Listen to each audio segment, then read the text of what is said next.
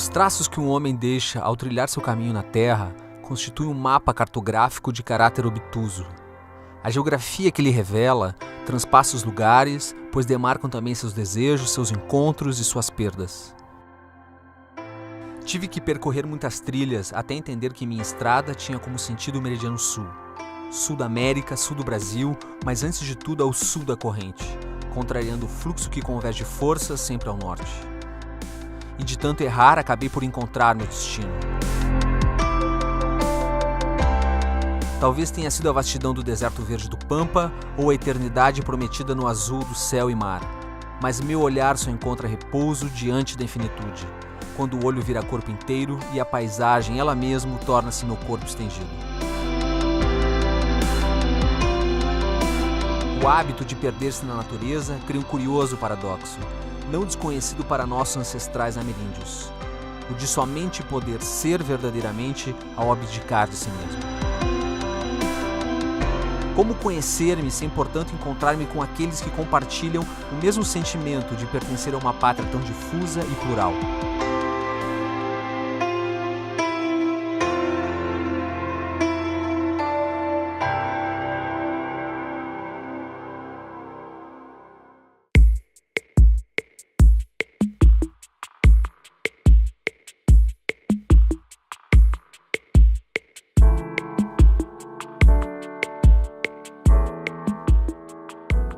Fizeste um trabalho muito interessante no Nordeste, né? Que tu nomeou Armorial, né? Armorial. Que era um trabalho também de pesquisa a respeito dessa origem estética e de como isso poderia ser, digamos assim, evoluído ou transplantado para uma dinâmica industrial, para que se criar produto, né? Qual é a diferença que tu vê entre a matriz cultural nordestina e essa matriz cultural sulina, meridional? Eu vejo tudo como Brasil, mas são momentos diferentes da história. No Nordeste você tem um pré-artesanato muito rico, mas você não teve um desenvolvimento industrial. Aqui é o contrário. Aqui você já partiu de um pré-industrial industrial, mas você não teve um artesanato antes, porque as coisas foram implantadas aqui. Se você vê os padrões que são criados, têxteis, os padrões de mobiliário, os padrões de arquitetura, eles nunca são fiéis. E assim foi se construindo um jeito de se fazer. A gente faz um móvel que a gente faz porque a gente tem uma questão rebelde de não querer fazer igual e tem uma questão, existe uma preguiça meio macunaíma também, de achar que pode fazer de outro jeito, esse jeito ser mais fácil ou achar um outro jeito de fazer. Mas existe uma questão também de por que não fazer de outro jeito? Né? Eu acho que a gente tem essa rebeldia. É interessante como, apesar do regionalismo, o Brasil acaba dialogando entre si, mas numa linguagem que é um pouco subliminar ou subversiva. A gente não fala entre as regiões, mas há um diálogo que é pactuado aí. Parece que até secretamente, de certa forma. O que o Brasil quer dizer para o mundo, Rodrigo? Eu vejo o Brasil de uma maneira muito específica. Ao mesmo tempo que está em formação, já existe uma especificidade no que nós somos. Talvez não há uma especificidade material. Talvez a gente tenha que resgatar esses processos das famílias que vieram para cá, das famílias que já existiam aqui, codificar todo esse processo e para conseguir ter uma leitura melhor. Na verdade, é isso que eu faço no meu trabalho, na verdade. É uma codificação, porque a gente é muito chamado de mistura de raça. A gente não é uma mistura. A gente é uma fusão de raças. E a gente não é europeu, a gente não é americano, a gente não é asiático, a gente é uma outra história.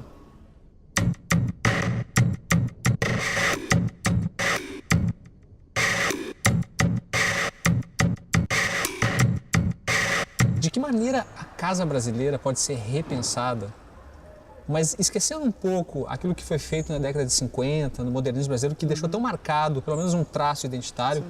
Nós não teríamos que matar um pouco aquilo que a geração de 50 e 60 fez para poder, eventualmente, repaginar esse local que, para o brasileiro, não é a rua, é a casa, onde ele mais constrói a identidade do social?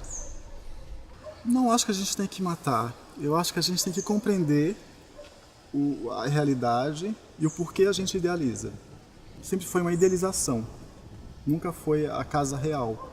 Tem todas as questões burguesas, tem a ver com a casa da fazenda portuguesa, toda branca. Então o branco se tornou um luxo, né? Até hoje o candomblé, as vestes são brancas porque era luxo. Quem podia usar branco? Quem não trabalhava, né? E ficar alvo, né? Então tem uma questão de como a gente enxerga o luxo. E até quem faz luxo no Brasil não tem muito essa percepção. Mas nunca teve uma ligação real com a população.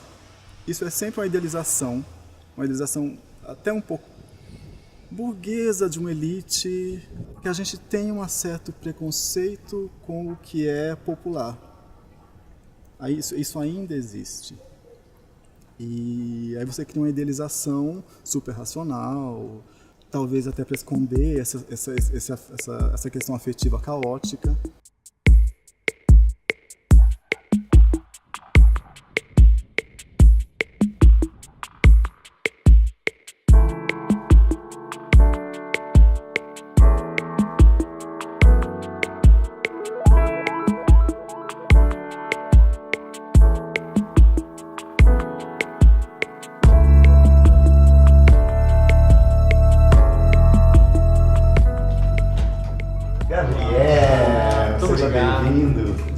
Muito obrigado. Por favor.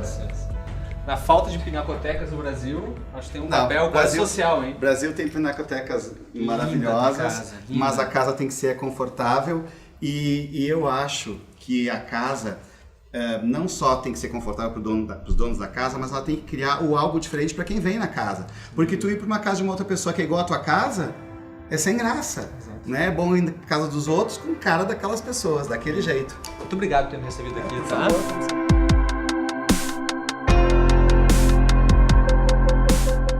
E tu sabe que eu gosto muito da poesia e o Baudelaire diz que o destino poético do homem é ser imenso. Mas que a imensidão só pode ser pensada dentro de casa. É como se fosse uma dádiva imóvel. A tua casa é um pedaço da tua imensidão? A minha casa é sempre também daquela forma onde eu tô. Mas eu quero dizer o espaço físico. Não quero dizer assim, eu vou lá para um hotel e aquilo se torna minha casa. Mas no momento que eu estou num lugar, eu gostaria muito, que eu gosto daquele lugar, eu gostaria muito de ter uma casa naquele lugar. E daí quando eu penso uma casa, é uma casa com todas as coisas possíveis e imagináveis que uma casa tem que ter. Uma espécie de relicário onde tu guarda aquilo que significa para ti. Sim, mas assim, não sou muito preso a sentimentalismos, não tem assim, isso é uma coisa histórica, faz parte da minha vida, é uma lembrança disso. Não, eu consigo me desfazer das coisas com muita tranquilidade, estou aberto ao novo, mas esse novo não gosto com um jeito de esse pastiche, assim, sabe, tipo, vai lá numa loja, compra aquelas coisas e traz e tenta transformar num lar. É momentâneo, é uma coisa que circula, sim, né? Sim. Mas como é que é a casa do brasileiro? Eu acho que a casa da maioria dos brasileiros é uma casa pasteurizada, assim, uma casa com tipo um almanaque, assim, que segue alguns pontos, tem que ter isso, agora se usa isso, tem que ter tal cor. Eu acho que, inclusive, quanto mais favorecidas são as pessoas financeiramente, mais elas têm uma casa padrão. Né? A não ser que daí então é um outro grupo que foge disso e consegue interagir com um arquiteto bacana, com um decorador bom, ou mesmo que não tenha um profissional. A grande maioria é muito padrão. Segue um padrão loja, segue um padrão de consumo.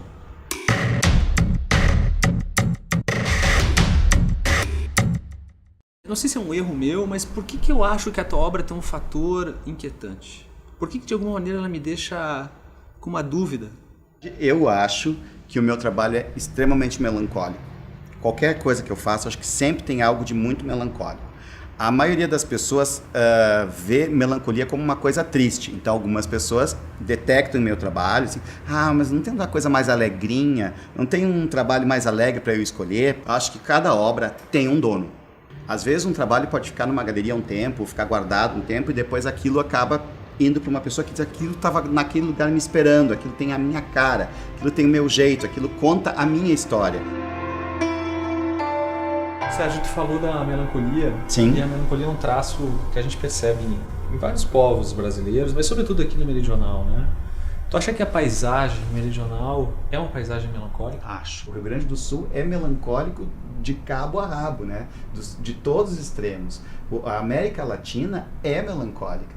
Ela pode ser festiva, ela pode ter alguns momentos folclóricos, algumas coisas que a colocam para cima e que até vende isso muito bem fora, é o nosso cartão de visita turístico, digamos assim, mas se tu perceber bem a fundo a letra das músicas, a cor das coisas, a indumentária e a própria paisagem em si, nossa, e é um antagonismo super interessante, porque o Brasil é conhecido como um país tropical, da alegria, mas ao mesmo tempo essa tristeza que a gente carrega é uma forma de morrer de amor em silêncio? Com certeza, até porque nós temos uma influência portuguesa atávica, né? Essa coisa assim da tragédia, do drama, de uma tristeza que está lá no fundinho do peito, que puxa lá num golinho de café.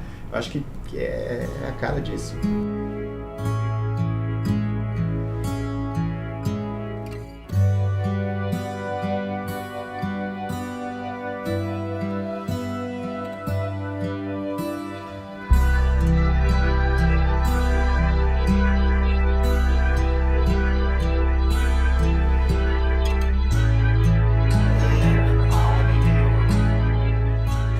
Walter, obrigado pelo convite.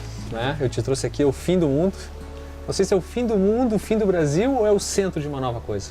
Eu acho que é o centro de uma nova coisa. Eu não vejo o Rio Grande do Sul como um fim, mas como uma entrada de uma nova possibilidade de caminhos. Né? Até para mim, que sou paulista e escolhi viver aqui. Então, para mim, é um novo começo, de certa forma. Sim. Mas esse território que, a princípio, do ponto de vista geográfico, marca um limite, né? Um fim, digamos, o extremo meridional do Brasil, de certa maneira, ele é o início, na verdade, de uma cultura que, de alguma maneira, comunga de valores muito parecidos, que é essa cultura meridional. Tu vê nisso, nessa cultura que a gente encontra um pouco no Pampa, na figura do gaúcho, uma matriz cultural nova, que possibilite novas criações, uma nova produção iconográfica do Brasil, talvez? Eu acho que sim, até porque é tão vasto, é tão interessante essa história toda, né, que você pode construir a partir disso novos mitos, novas histórias, novos caminhos e novos encantamentos, que eu acho que é isso que a gente precisa.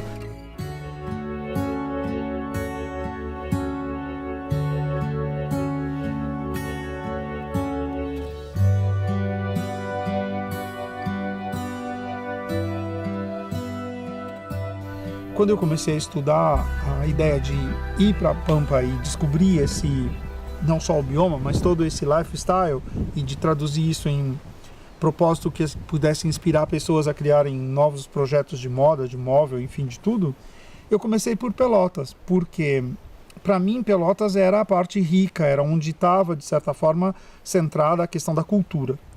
E daí quando eu fui estudar isso, eu fiz uma descoberta. Muita gente deve saber disso, mas que para mim era muito novo. A ideia lá por volta de 1870 e alguma coisa, na realidade há um movimento vindo de Pernambuco, do Nordeste brasileiro, para o Sul. Porque tem uma questão dos ventos, e a partir do momento que você mata o boi, corta a carne, salga e expõe ela ao vento para secar, no Nordeste você tinha um acúmulo de areia muito grande através dos ventos, eles traziam das dunas muita areia. E aqui na região de Pelotas isso não acontecia, tinha-se uma boa quantidade de ventos para secar a carne e não tinha a tal da areia. E isso é feito por um pernambucano português, na realidade, então é o Nordeste implantando uma indústria que vai se tornar referência no Rio Grande do Sul e no Sul brasileiro. Outra coisa que eu descobri que é muito lindo, por exemplo, todo o mobiliário de época, até final do século XIX, começo do século XX, ele era trazido da Europa por catálogos, e era comprado por catálogos, e eu ficava pensando, né, a gente hoje achando que loja online é tão bacana, os caras compravam por catálogo, já vinha o seu móvel com a sua inicial gravada com a sua marca de família, quer dizer, olha o quão incrível já era essa relação. E o Pampa, na realidade, ele vai receber um fluxo muito grande dessa riqueza, porque é ali que está a pastagem, é ali que vem, de certa forma, o insumo para se construir o charque, para se transformar em dinheiro. E quando a gente olha hoje Pelotas tão linda, com aqueles casarões tão incríveis, com aquela arquitetura, quantos teatros tem em Pelotas? Quer dizer, olha a vida cultural, olha a riqueza disso tudo que está relacionado ao bioma pastagem.